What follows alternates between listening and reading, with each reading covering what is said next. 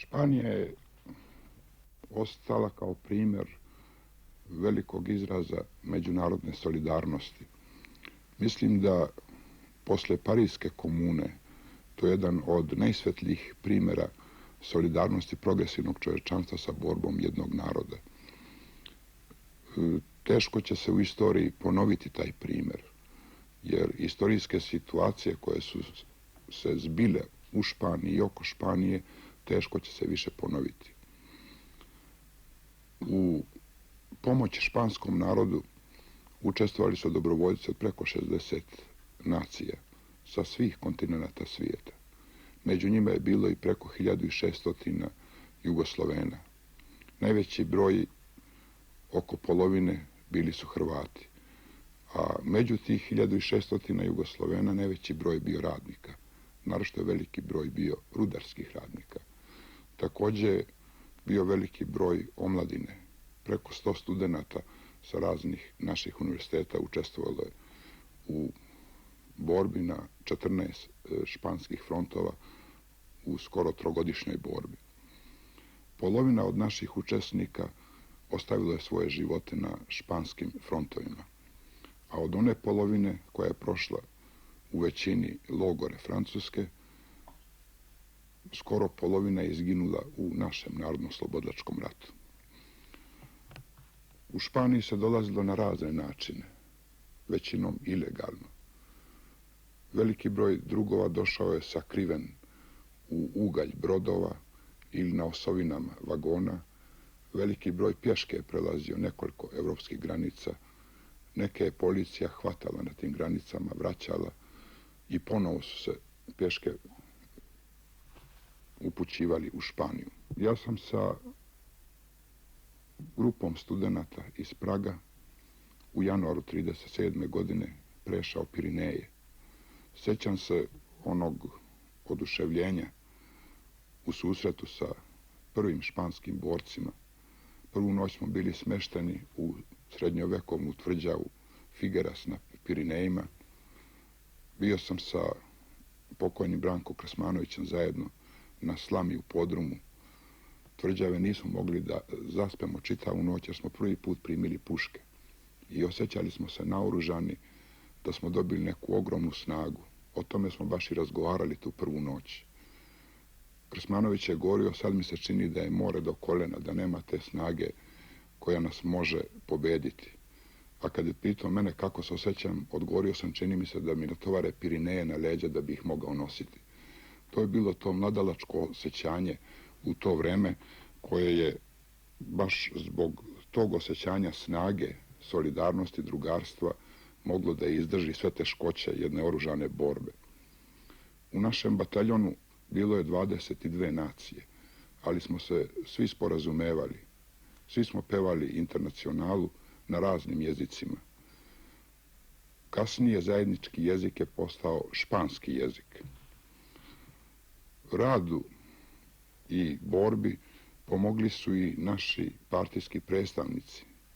Prvi naš partijski predstavnik bio je Božidar Maslarić, koji je već u jesen 1936. godine došao u Španiju i organizovao je prve partizanske odrede u Frankovoj pozadini. Tamo je bio i ranjen. On je imao i ogromno iskustvo, bio je kao dečak, gimnazijalac, ranjavan 14. 15. godine u odbrani Beograda, prošao je Solunski front, završio je matematiku u Francuskoj, međutim, pošto je bio jedan od osnivača komunističke partije, izgubio je brzo službu. On je prenosio na nas oduševljenje jednog iskusnog revolucionera. Kasnije je došao drug Parović. On mi je ličio na one ustanike iz Nevesinske bune. Bio je jedan od najljepših Jugoslovena, ne samo fizički, nego i duhovno. Predstavljao je oličenje borbenog komuniste. Ovdje bih citirao njegove posljednje reči koje su izašle u Dimitrovcu, koga je on pokrenuo, listu bataljona Dimitrov, kasnije i brigade Dimitrov, uoči pogibije, jer poginuo je kao komesar 13. brigade. Pisao je: vijekovi će proteći i pregaziti sve što je gnjilo i nazadno, što smeta slobodi i napretku čovječanstva, ali vaša djela, vaše žrtve i imena ostaće u svijesti svih pokoljenja. Od prvog dana smo sprijateljili se sa Špancima. To su bili obični radnici, seljaci, velikim dijelom nepismeni. Jer osnovnu borbu vodili su Španci. Često puta istoričari kad govore o internacionalnim brigadama možda i suviše naglašavaju ulogu tih brigada. Bez borbe španskog naroda, bez heroizma španskog naroda ne bi moglo da dođe do izražaja ni ta međunarodna solidarnost. Od tih prijatelja sjećam se jednog radnika metalskog, kada sam bio u bolnici, zvao se Pepe, to je često ime u Španiji, izgubio je jedinca sina na frontu, bio je član partije, bio u penziji i dobrovoljno se javio da radi oko ranjenika. Neprekidno je bio uzame u bolnici i jednog dana predložio mi da me posini. Meni je to čudno izgledalo i pitao sam ga zbog čega to. On je komunista, ja sam komunista, ostaćemo prijatelji i drugovi. Međutim, on je posle nekoliko nedelja došao sa opštinskim službenikom koji je vodio zemljišne knjige, organizuje u bolnici ručak za 70 ranjenika i tu na tom ručku, na maloj svečanosti, predao mi je svoju kućicu kao poklon. Kućica nalazila pored Alicantea na moru, to je siromašna kućica, sobe, kuhinje i verande, ali on je time htio da izrazi i tu ljubav i poštovanje prema drugovima koji su došli iz drugih zemalja da pomognu španskom narodu. Želeo bih da ispričam ukratko o vodu sa kojim sam došao iz Praga, koga su zvali studentski vod. Došli smo u Pariz i u razgovoru sa drugovima iz rukovodstva partije sugerisali su nam da uputimo apel omladini Jugoslavije. Apel sam sastavio i posle malih ispravki i dopuna potpisali su ga svi učesnici. Za neke je to bio i posljednji potpis, jer uskoro posle nekoliko dana našli smo se na Madridskom frontu, kada je počela velika fašistička ofanziva na Harami, 33 km južno od Madrida. Prvi iz tog voda poginuo je student Matija Šiprak, rodom iz Siska, jedan od najskromnijih drugova koji se nije mnogo isticao u razgovorima i u diskusijama, ali je ispoljavao nevjerovatnu čvrstinu u borbi. Imao je svega 24 godine. Kasnije poginuo drug Ivan Turk, rodom iz radničke porodice sa Trešnjevke u Zagrebu. Bio je već poručnik u bataljonu Dimitrov, imao je 25 godina kada je poginuo. A u Španiji posljednji iz tog voda poginuo je drug iz Slovenije, Sigi Bastijančić, i on je imao 25 godina. To su bili momenti definitivnog pada Španije, kada su naši dobrovoljci po drugi put uzeli oružje u ruke i kada su štitili evakuaciju civilnog stanovništva preko Pirineja u Francuskoj. To je ujedno i posljednji borac internacionalnih brigada koji je pao u Španiji. Kada smo prelazili Pirineje januara 1937. godine, Španiju su kupali prvi zraci bliskog proljeća i zraci velike ljudske nade. Dočekala nas je himna Rijega i Internacionala, a Bastijančić je ostao na mrtvoj straži na Pirinejima, kao da su ga pratili potmuli zvuci Wagnerove muzike i zvuci duge agonije jednog borbenog naroda koji je već 3 decenije nalazi se pod Frankovom diktaturom. Iz tog voda većina boraca vratila se 1941. godine u Jugoslaviju i opet zauzela borbene položaje. Među njima je veliki broj narodnih heroja. Pomenuo bih samo neke koji su poznati širom Jugoslavije. Među njima je i Branko Krsmanović, sa kojim sam zajedno stanovao u studentskoj sobi, koji je često peušio pesmu Oj Moravo, moje selo ravno, jer je rodom iz Donje Mutnice pokraj Morave. Poginuo je i Ratko Pavlović, legendarni junak iz Toplice, koji se bavio i poezijom. Ostala je u uspomeni njegova pesma Pismo majci, koju je iz Španije uputio svojoj majci. U pesmi je govorio: vratit ćemo se vama da bi dovršili svoj put, a završio je pesmu: i veselit će se zemlja sva, nestaće fašističkog kala, oborit ćemo stara zla, pevaće se Internacionala. On nije dočekao slobodu, ali njegova vizija te slobode ostvarila se. Jedan od boraca iz tog studentskog voda bio je Ahmet Fetahagić, sin železničara, u Španiji 4 put teško ranjavan, i zbog njegove hrabrosti već u Španiji smo ga prozvali Čelik.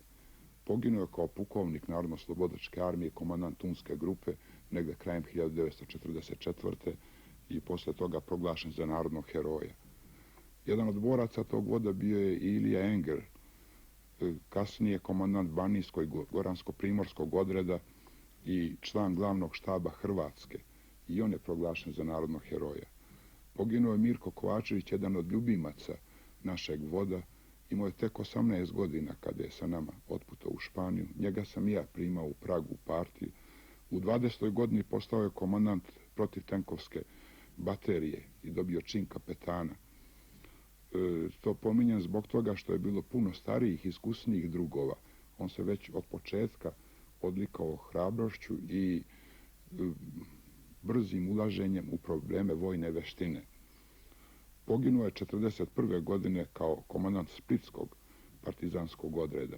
Moj vod iskopnio je u borbama i dan danas ozvanjaju u ušima riječi zakletve koje je vod zajedno s tim drugovima izgovarao kada smo prvi put ušli u formaciju bataljona.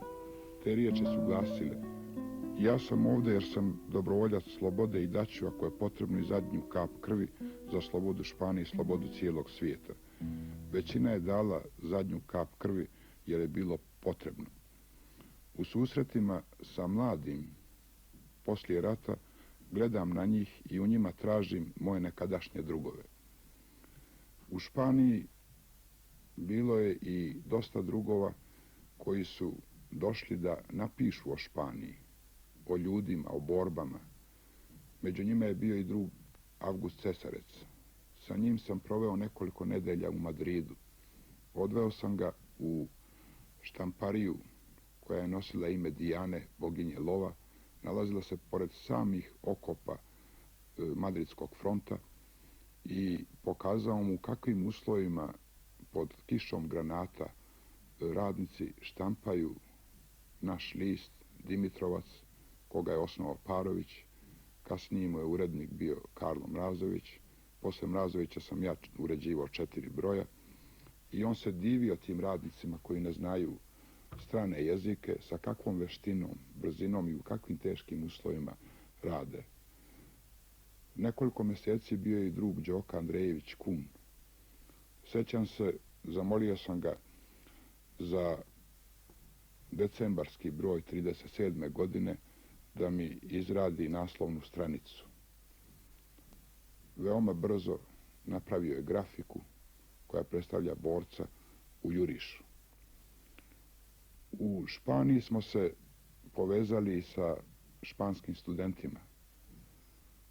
1. januara 1938. godine bila je svečanost u jednom španskom pozorištu pod kišom granata kada su primali jugoslovenske studente u počasno članstvo Federacije španskih studenata. Tu smo svi Jugosloveni studenti dobili legitimacije tih počasnih članova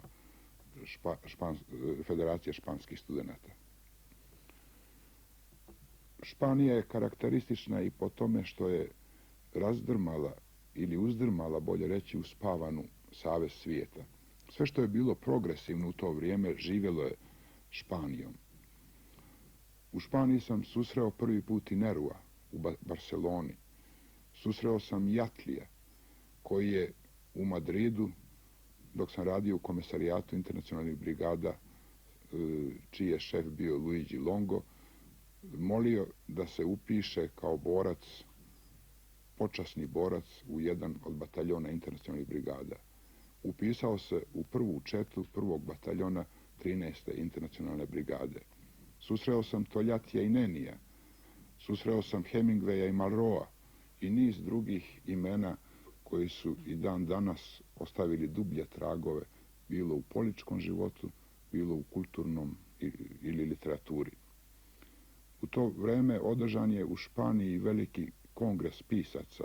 To je bilo početkom jula 1937. godine.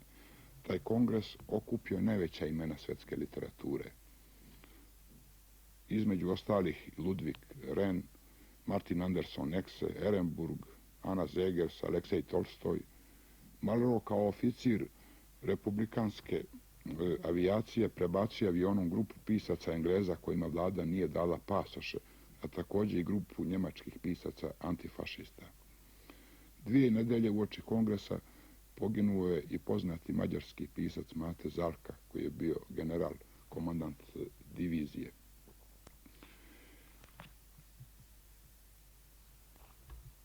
Dobijali smo bezbroj pisama od naših ljudi, pre svega iz zemlje, ali od naših radnika koji su radili po rudnicima Belgije i Francuske, iz Kanade i Sjedinjenih Američkih Država, iz Latinske Amerike.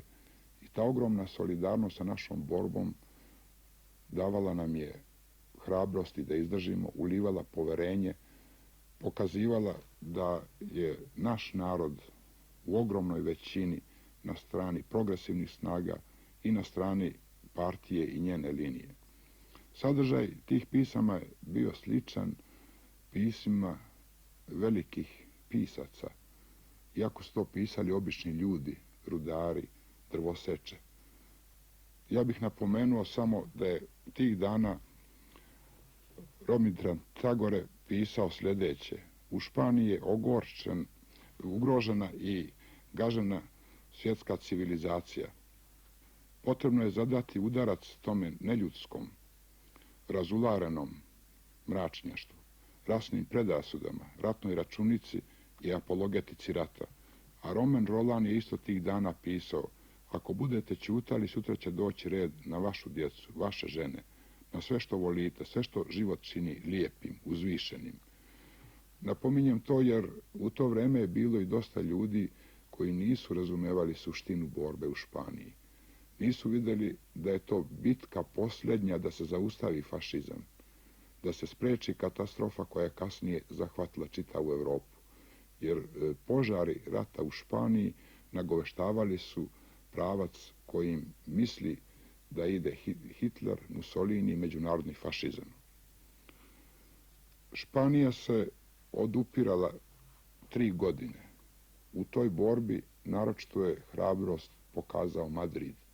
Još od prvog dana kada su fašističke trupe izbile ispred Madrida, Madrid se čitav naoružao, čitav se pretvorio u bunker i spriječio ulazak fašističkih trupa.